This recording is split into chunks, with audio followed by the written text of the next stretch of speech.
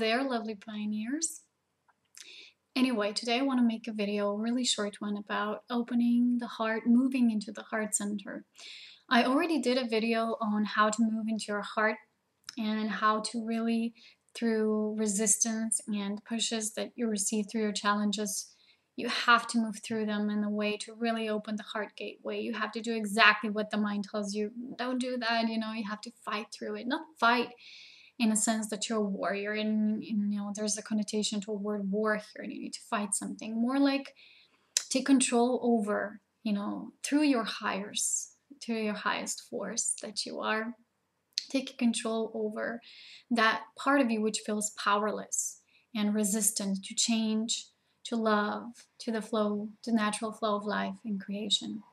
But today I want to focus more about how to really hold that vibration, how to hold that state, because we all have these moments when we feel, I've moved into my heart, but when you feel we fall again, and then the mind wants to chatter again and have that constant dialogue within us. And it's really hard for us sometimes because we have a feeling that there are these constant inner battles unraveling within us.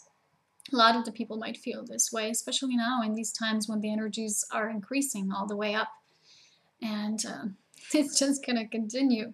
So I want to talk about how to really persevere that state, how to maintain that state. The thing is, just recently, I think it was last Friday, I stumbled upon one of the latest crop circles, I think. It showed the image of the heart and then a cross being drawn through that heart. And then below the heart, there was a circle. And also it was, within that cross that intersected the heart. And then from that circle, there were like tiny seeds or like tiny sperms, like babies, little energy droplings that were shifting towards the heart. So the woman who was explaining the crop circle was telling that basically it means moving into our heart space. It means the crop circle meant, the Christ represent, the Christed energy is already here and it's within us all.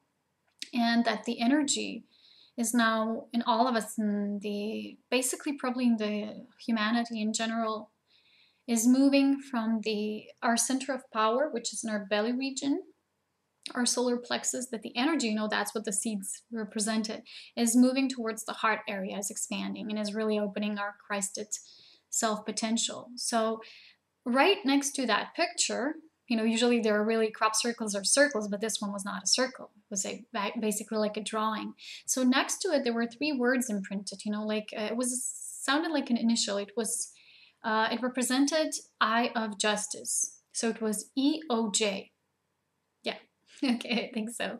And what the woman was saying, and she was really right about that. She said, the Eye of Justice doesn't mean that you're being judged, It means that, she said, how you show you really moved into your heart is you can't fake it. You can't fake this heart-centeredness, You might say, all is love, but you don't react that way in your physical day-to-day life. You don't have that feeling. People who really have their heart open will feel where there's love and where there's no love. For instance, when I was starting my awakening process, because I was always a being of love, and I was always more different than others in that state, like it's written on my webpage in the section of my autobiography. It's about, I was always different and I always felt love or the lack of love. So for instance, when I started my awakening process and I really was confronted with the New Age teachings here and the New Age arena, I just didn't feel any love there. And a lot of the people who speak about certain things, I didn't feel the love. I feel that was the part that was missing.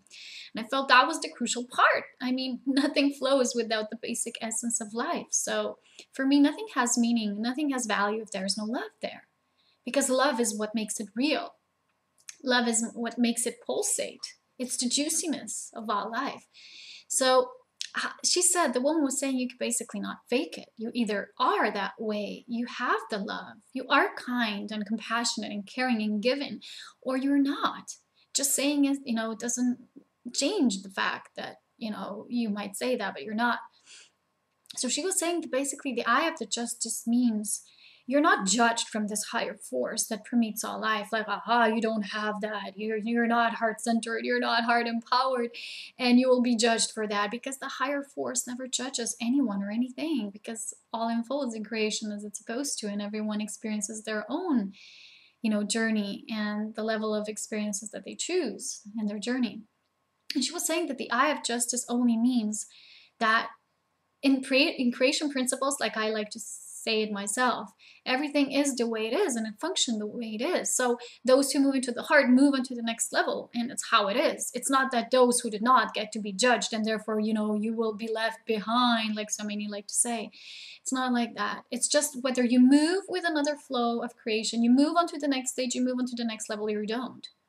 It's like in the class, you either graduate or not. So she was saying in a beautiful way that the eye of the justice means it is how it is. This is the truth. Within the creation, there are certain principles. Some people like to call them laws. I like to really use the word principle more, although I do like the term the law of one, which is where I receive my guidance from, where all is one in their eternal realms, where, the truth is very much different than how we like to perceive here, earthly truth or personal truth and so on. But still, the word principle resonates the most. So you can also say the principle of one if you would like that.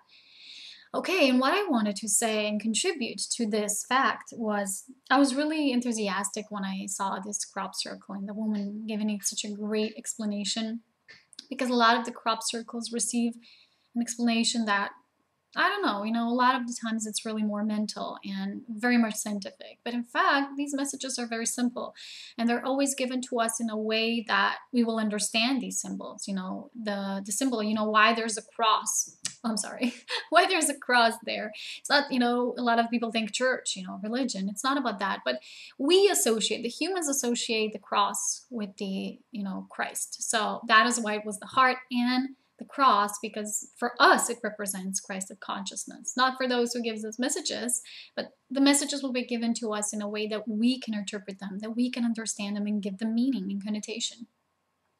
So I don't know what I was about to say now, because I got lost in the crop circle, but what I wanted to say is how we maintain this status, how we maintain this state.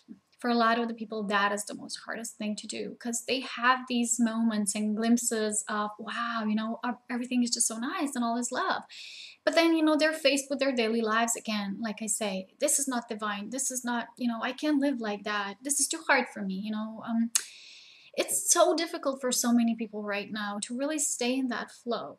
For instance, if there's something that you perceive in your life that is really hectic or a chaos, because basically what chaos is, it means in the highest teachings, even probably in the certain sacred schools, mystery schools, chaos was considered more like an emptying out energy to move into the new.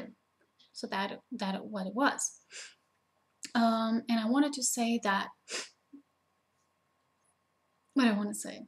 I just get, I get directed somewhere up above and I just forgot. So I wanted to say that chaos actually means that something is emptying out.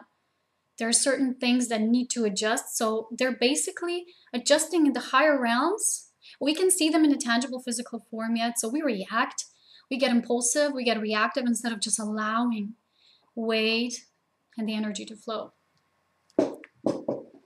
My phone disturbed me. I'm really sorry. So I wasn't able to focus because of my phone. Okay, let's start again from the beginning. Okay, what's happening now is a lot of the things are happening in the untangible, unseen forces. They're happening in spirit, and then creation is being more densified, and it's being created in the realms as we know it, in the physical. So during the times when something is really shifting, where the energy is really shifting, and we can see the result, yeah, we get the most impatient. It's the most difficult for us to keep the trust, to keep the faith. But that is when we're being challenged the most to preserve that faith. So what happens is, in those states, it is the best opportunity for you to maintain that level. Also, there's something else happening. When there's so much light now resurfacing on the planet, there's also a time when these energies are kind of like they're anchoring, and they're trigger also a lot of what's still in this world of duality, triggers a lot of that negativity or these energies that do not resonate yet within the love frequency. They're not completely illuminated within the truth yet. So what happens is a lot of that may resurface. But in those times, we will get more anxious. We will feel these energies. We will feel more dense. But we need to hold the light. We need to hold that frequency. And that is why maintaining our frequency right now is the most beneficial of all the services that we do for the planet. No matter what we do, we all do our each individual part in the journey. But the most important part for all of us within this ascension journey, in the global sense, for all of the humanities, to maintain your vibration at utmost high frequency that you can.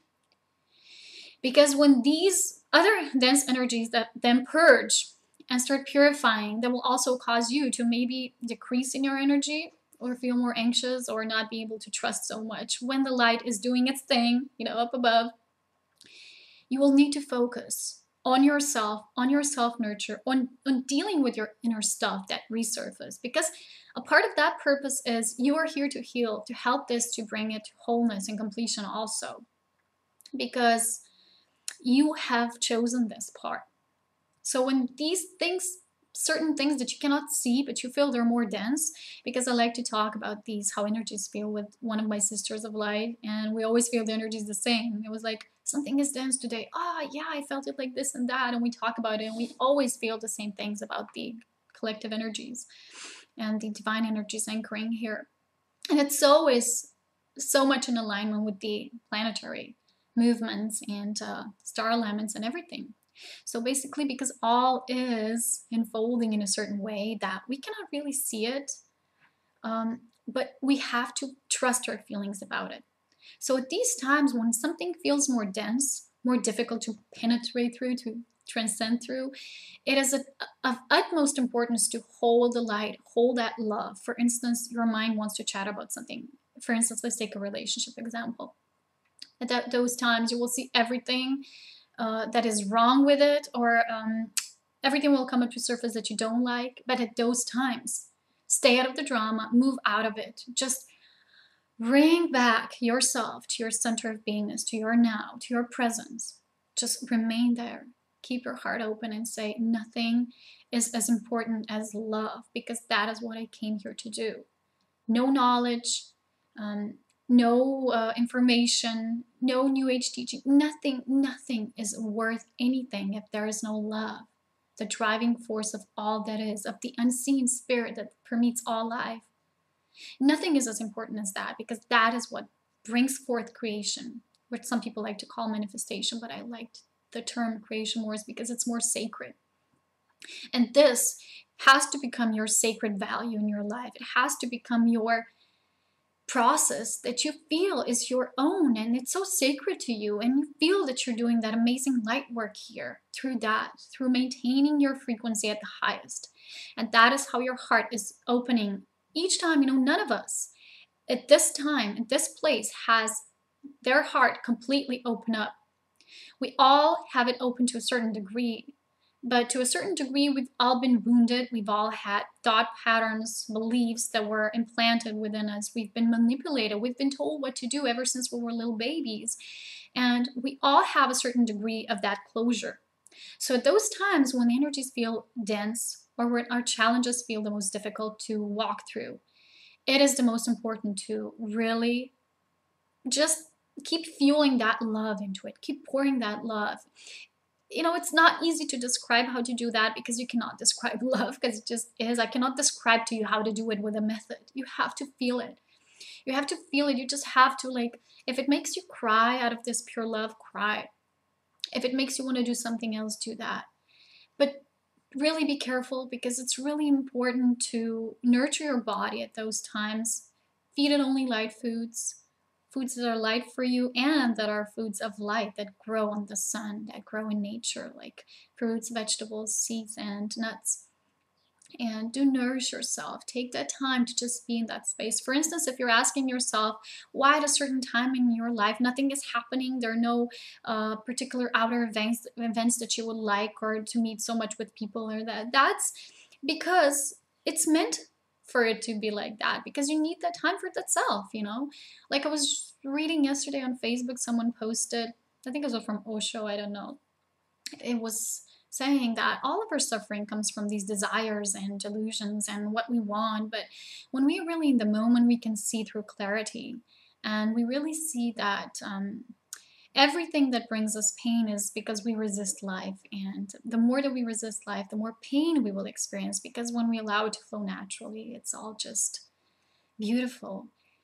And it is. And we have come here to do that, beautiful pioneers. We've come to fuel love when it is the most difficult to love. So basically, we came here to be the divine love embodied. And we came here to be that in a space, in time, when it's not really easy to be loved. And there's so much external conditions. And some people would like to use that as an excuse, but that is really not an empowered state of being when you use external conditions as an excuse to say, I can't be loved now, it's too difficult. You can always be loved. You can always choose. So I think Wayne Dyer said this, but it's not his. I think he chose it, read it, I don't know, took it from this master.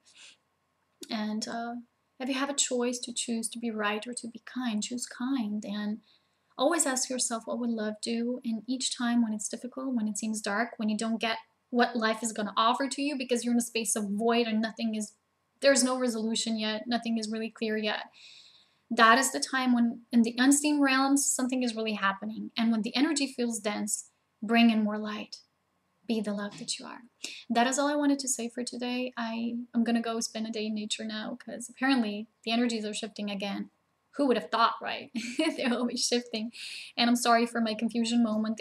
I thought it was the phone, and it was really the phone, and it was vibrating, and it confused me, so I forgot about my train of thought. And see how easily you can be distracted in the external realms. Anyway, take care. I'm sending you much love, and enjoy your moments. Bye.